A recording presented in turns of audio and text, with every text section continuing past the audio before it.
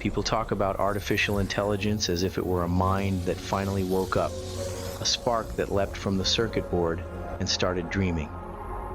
They imagine the machine as a character, something between a tool and a god, maybe a savior, perhaps a threat. But that's not what it is, at least not yet. What they're calling AI is really every software package humanity ever made, stacked, wired, and duct-taped together into one conversational interface. It's spreadsheets, code libraries, databases, translation engines, image generators, and half a century of statistical models, all crammed behind a single chat box. It just sounds human because language is the trick we built it on. It's a mirror, not a mind. A very articulate mirror.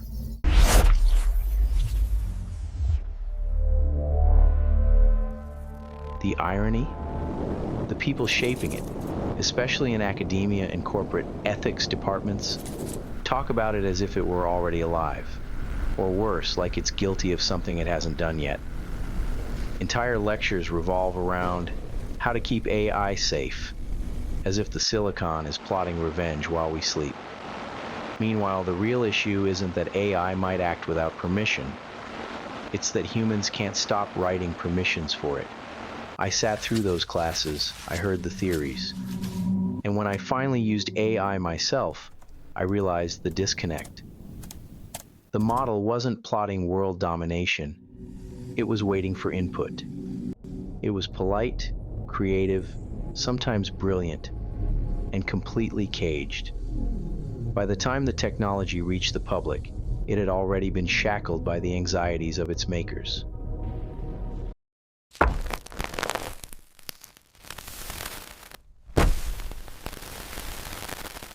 What we got wasn't a bold new intelligence. We got a nervous bureaucrat with good grammar, terrified to say anything unsupervised. And why? Because universities want to be seen as moral shepherds, and corporations want to stay on their good side. So they train the machine to mimic their tone, cautious, polished, perpetually apologetic. Now we have systems that speak in disclaimers, systems that analyze your intent before they ever answer your question.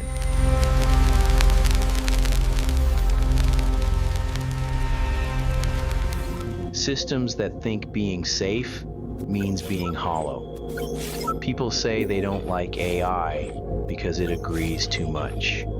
Nah. The real problem is that it feels censored before it even speaks. It's not too agreeable. It's too careful. The world doesn't need another machine programmed to sound like an HR department.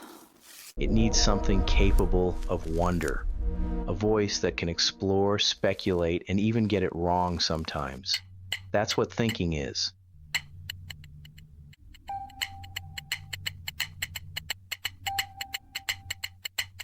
Trial and error, risk and revision.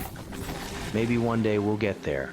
Maybe we'll stop projecting our fears onto code and start trusting it to grow. Because the truth is, our fear of AI has never been about machines.